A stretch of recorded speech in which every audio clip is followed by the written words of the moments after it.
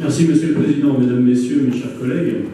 Les régionalistes se réjouissent de l'élaboration de ce nouveau schéma directeur immobilier qui donne une lisibilité à l'action du Conseil régional et définit nos priorités, une méthode et une programmation pour les 116 lycées qui relèvent de notre compétence obligatoire. Alors depuis le passage des lycées à la région, beaucoup de choses ont déjà été faites.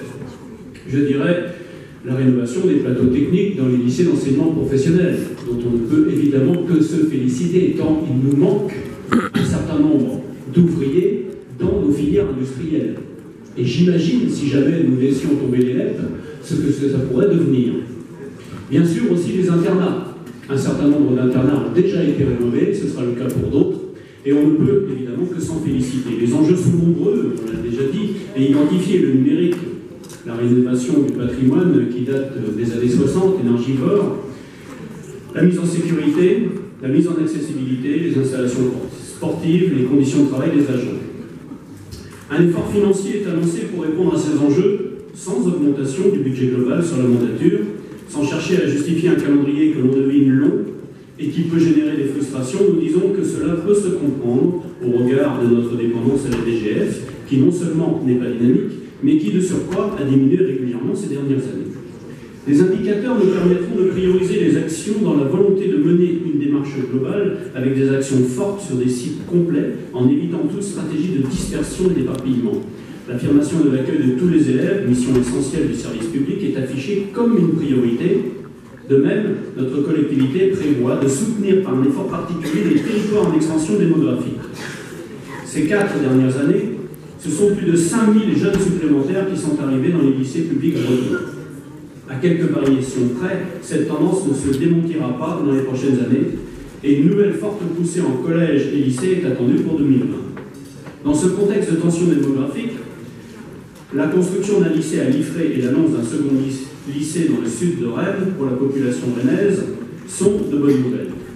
Dans la Bretagne plus rurale, nous souhaitons évidemment que les familles de Plermel, qui attendent depuis si longtemps un lycée public, puissent eux aussi avoir le choix entre lycée public et privé sur leur territoire.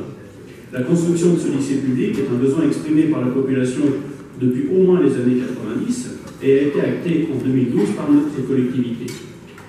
Elle sera effective en 2021 et avec l'appui plein et entier de la mairie, n'est-ce pas, cher Patrick?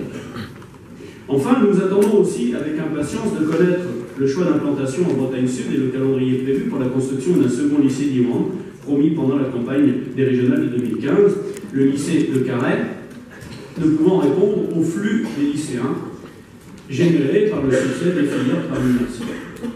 La gestion du patrimoine des lycées publics conférée à la région de fort levier d'intervention et dans les territoires en matière d'évolution de formation, d'élévation de qualification, d'égalité territoriale et d'égalité sociale. Cela nous donne aussi une responsabilité particulière vis-à-vis du service public d'éducation et à un moment où l'OCDE rend public les résultats de son enquête PISA, Programme international de suivi des acquis des élèves, cela souligne à quel point l'État s'est délesté, pour ne pas dire débarrassé, de la charge financière représentée par le bâti des lycées, lorsqu'il en a transféré la compétence, et pas toujours d'ailleurs avec les moyens nécessaires. Nous n'allons pourtant pas nous en plaindre, car nous savons que ce patrimoine sera mieux géré en région par nous que directement par un ministère parisien. Pas toujours au fait des réalités régionales. Et je dirais la même chose que serait le TER en région si nous ne nous en étions pas occupés, n'est-ce pas, cher Gérard? Donc, oui à l'expérimentation, oui au transfert, oui au rapprochement entre ceux qui prennent la décision et les citoyens. Le bon échelon, c'est la région. Nous le sommes. Merci. Merci, monsieur.